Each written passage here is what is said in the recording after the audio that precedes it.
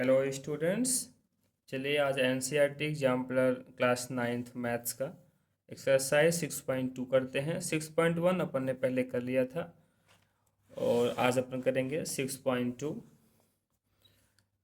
तो question number 1 है, for what value of x plus y in figure will A B C be a line, justify your answer. ABC line कब बन सकती है, ये ऐसा पूछ रहे हैं। तो एक्स और वाई की वैल्यू क्या होनी चाहिए। अपन ने लीनियर पेयर्स में पढ़े हैं कि अगर एंगल का सम कोई एक लाइन किसी दूसरी लाइन पे स्टैंड है, सपोज करो जैसे एक ये लाइन, अगर यहाँ पे ये लाइन है और ये कोई भी एक लाइन इस पे स्टैंड होती है, तो ये वाला एंगल और ये वाला एंगल का जो सम होगा वो 180 डिग्री होगा। अपन ने ये पढ़ा है, ठीक है। अगर 180 डिग्री है तो जो लाइन वो लाइन होगी। ओके, ठीक है। चलिए नेक्स्ट, अब यहाँ से देखते हैं। तो ये फिगर आपको गिवन है। तो in the given figure x and y are two adjacent angles. तो एडजेसेंट एंगल्स हैं। एडजेसेंट एंगल्स अपन ने क्या पढ़ा है कि उनके एक कॉमन आर्म होती है और उनके वर्टाइसेस सेम होते हैं। जैसे एक ये जो लाइन है BD, ये दोनों एंगल्स में है ना, दोनों एंगल्स में ये लाइन का यूज हो रहा है। और जो वर्टेक्स B है दोनों में कॉमन है ना, ये होता है adjacent angles. For ABC to be a straight line the sum of two adjacent angle must be 180 degree. ठीक है, दोनों एंगल का जो सम है वो कितना आना चाहिए, 180 डिग्री आना चाहिए, तभी वो क्या बनेगी, लाइन बनेगी। अपन ने थ्योरम में पढ़ी है इसको बाई लीनियर पेयर में। क्वेश्चन नंबर 2 है, can a triangle have all angles less than 60 degree, give reason for your answer. क्या किसी ट्रायंगल में तीन के तीनों एंगल 60 डिग्री से कम हो सकते हैं। तो अपन क्या जानते हैं भाई, angle sum property of a triangle कि तीनों एंगल का सम 180 होता है। 60 60 60 अगर हुआ तो 6 3 18 180 होगा। अब बोल रहा है कि 60 से कम हो, तो अगर 60 से कम 59 भी हुआ तो तीनों एंगल का जब सम करेंगे तो 180 का भी नहीं आएगा। ठीक है, तो so a triangle can't have all angles less than 60 degree. ठीक है, तो triangle can't have all angles less than 60 degree. तो किसी भी कोई भी तीनों एंगल्स 60 डिग्री से कम नहीं हो सकते। अगर ऐसा हुआ तो उनका जो सम होगा वो 180 से कम आएगा, जो कि इम्पॉसिबल होगा। Can a triangle have two obtuse angles, give reason for your answer. If an angle whose measure is more than 90 but less than 180 degree is called an obtuse angle. तो इसकी डेफिनेशन तो हमें पता होनी चाहिए, इसे obtuse angle कहते हैं। Since triangle can't have two obtuse angle because the sum of all the angles of it can't be more than 180 degree. तो अगर 90 दो एंगल बोल रहा है ना कि ऑब्ट्यूज एंगल होंगे, ठीक है, टू एंगल्स, तो टू एंगल अगर ऑब्ट्यूज हो गए तो हमें क्या करना, 90 से आगे लेना पड़ेगा। तो 91 91 लिया तो ऑलरेडी वो 180 से बाहर चला गया। अभी एक एंगल लेना तो बाकी ही है, क्योंकि तीन एंगल्स होते हैं ट्रायंगल में, तो तीनों एंगल का सम 180 आना चाहिए। जो कि बोल रहा है कि दो एंगल ऑब्ट्यूज एंगल बना दो, तो ऐसा पॉसिबल ही नहीं है। दो एंगल अगर ऑब्ट्यूज हो गए तो 180 से बाहर चला जाएगा, जो कि एंगल सम प्रॉपर्टी को होल्ड नहीं करेगा, इसलिए ये पॉसिबल नहीं है। ये रीजन आप उस पर लिख सकते हैं। नेक्स्ट है question number 4, how many triangles can be drawn having its angle as 45 degree 64 degree 72 degree, give reason for your answer. Since sum of all the angles in a triangle is 180 degree. अपन ये जानते हैं। तो ये जो तीन angle दिए हैं, तो क्या ऐसा पॉसिबल है, तो तीनों एंगल को आपको प्लस कर देना है। तीनों को प्लस किया, कितना आया, 181 डिग्री, जो कि पॉसिबल नहीं है, क्योंकि एंगल सम प्रॉपर्टी से ट्रायंगल के तीनों एंगल का जो सम होता है वो 180 डिग्री होता है। बट इसमें कितना आ गया, 181 डिग्री, इसलिए पॉसिबल नहीं है। So we can't draw any triangle having sum of all the angles 181 degree. फिर है, how many triangles can be drawn having its angle as 53 degree 64 degree 63 degree, give reason for your answer. तो 53 इन सबको plus कर दो। अगर plus करने पे 180 आ गया तो पॉसिबल है हम कई सारे ट्रायंगल ऐसे ड्रॉ कर सकते हैं। तो 53 degree plus 64 degree plus 63 degree, सबको प्लस करो 12, ठीक है 180 डिग्री। तो पॉसिबल है, अपन कई सारे ट्रायंगल ऐसे ड्रॉ कर सकते हैं। नेक्स्ट है, in the given figure find the value of x for which the lines l and m are parallel. मतलब x, l and m, x की कौन सी वैल्यू होगी जिसके लिए ये क्या आ जाएगा, पैरेलल आ जाएगा। तो ध्यान से देखिए कि 6.1 में मैंने बताया था कि ट्रांसवर्सल क्या होता है ना, और पैरेलल लाइंस। तो क्या है, ये दो लाइंस हैं एल और एम, ये बोल रहा है कि दो लाइंस पैरेलल लाइंस हैं एल और एम हैं, मतलब बताना है कि एल और एम पैरेलल हैं। तो हमने लिया एल और ये एम लिया, और ये ट्रांसवर्सल। सपोज कि एल और एम क्या है, पैरेलल हैं, तो ये ट्रांसवर्सल हुआ।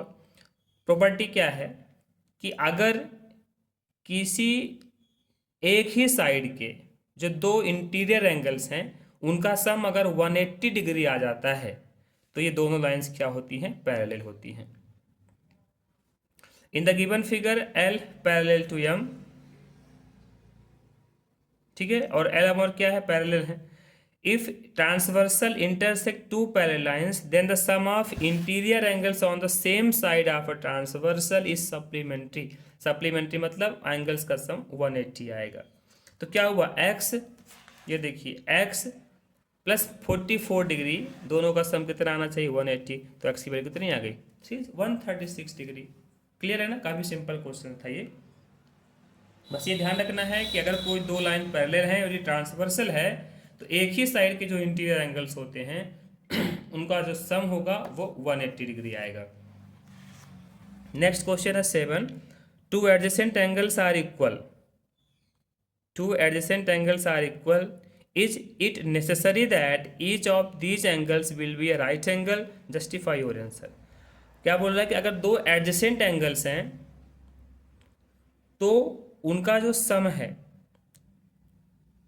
ना, necessary that each of these angles will B right angle, कि दोनों जितने भी एडजेसेंट एंगल्स हैं, जिसमें दो बोल रहा है तो दो एडजेसेंट एंगल्स हैं, उनका जो सम है वो 180 डिग्री बनेगा, सॉरी 90 डिग्री बनेगा, वो बोल रहा है राइट एंगल मतलब 90 डिग्री।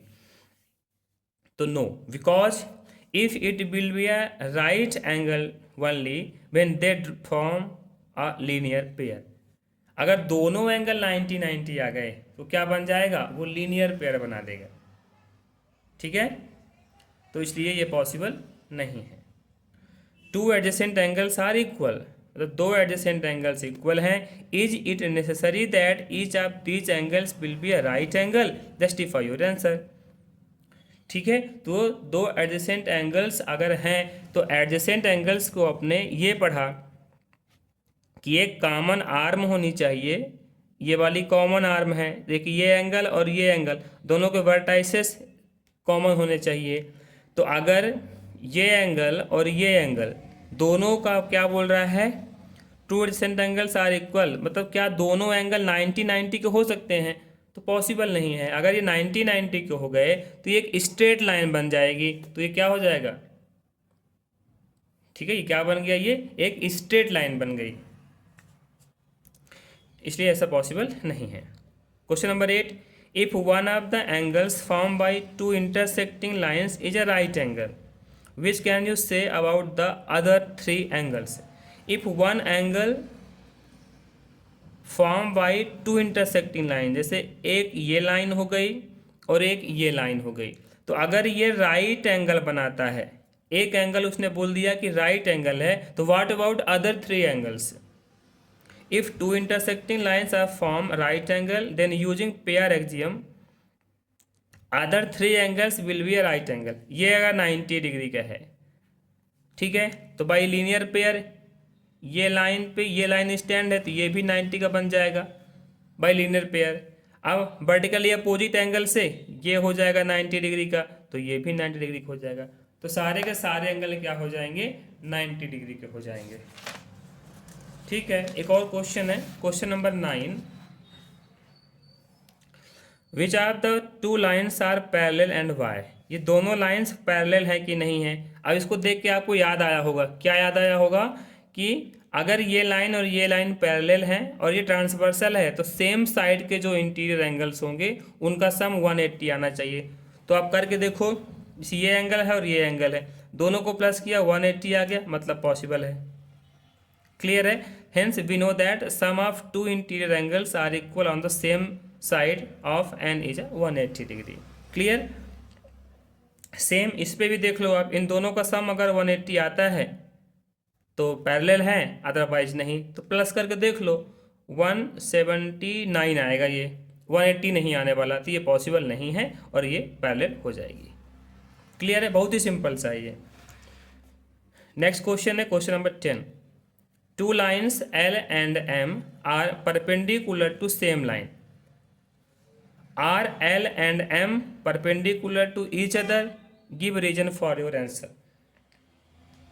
मतलब कह रहा है कि एक लाइन L है, सपोज करो ये लाइन L है, two lines L and M are perpendicular, ये लाइन L हुई और ये लाइन M हुई, ठीक। तो L जो है M पे परपेंडिकुलर है to the same line N। Two lines L and M are perpendicular to the same line N, और सॉरी इसको N दे दो और इसको L दे दो। मतलब N एक लाइन है जिसपे L और M दो ऐसी लाइन है जो दोनों एक ही लाइन पे परपेंडिकुलर हैं, ठीक है, परपेंडिकुलर टू ईच अदर। तो क्या ये दोनों लाइन आपस में परपेंडिकुलर होंगी? नॉट पॉसिबल, ठीक है। तो two lines, if two lines L and M are perpendicular to the same line N, then each of the two corresponding angles formed by these lines L and M with the line N are equal to 90 degree. Hence the line L, M, N are not perpendicular but parallel. ठीक है, वो एक दूसरे पे perpendicular नहीं होंगी, क्या हो सकती हैं? पैरेलल हो सकती है। ओके, तो ये 6.2 कंप्लीट हुआ। अब नेक्स्ट अपन करेंगे 6.3। Okay, thank you.